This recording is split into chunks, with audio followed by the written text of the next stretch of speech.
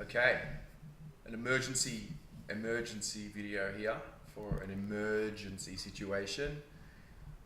Woke up this morning at about 3:30 in the morning.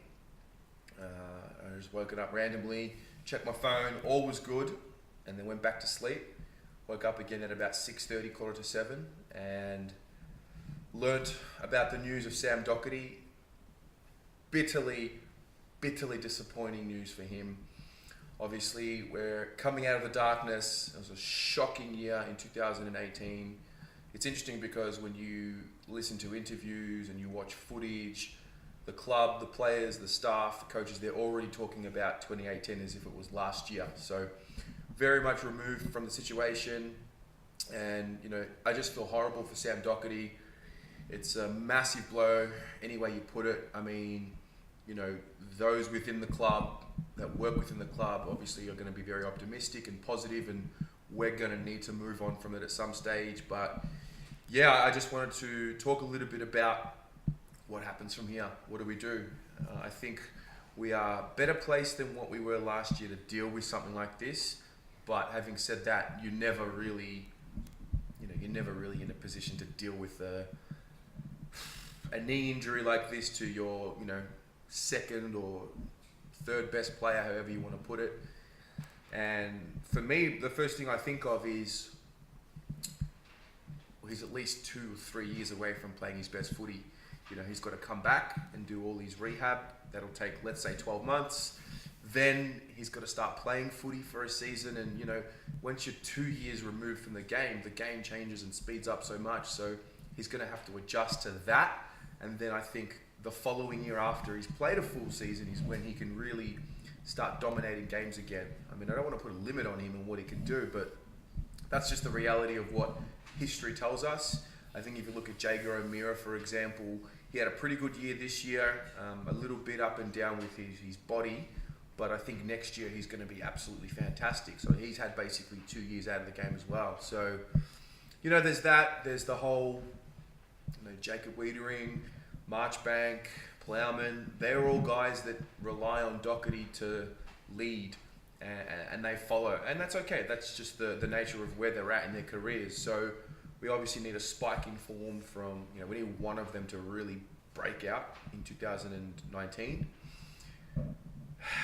I mean, obviously Cripper is still there, and he'll lead the way, and in some respects he might be better suited to leading on his own because he leads by example, and we're going to be if he leads by example, we're going to be a very tough and gritty type of team. But yeah, I mean, then there's the whole trade that we made with Adelaide for the pick.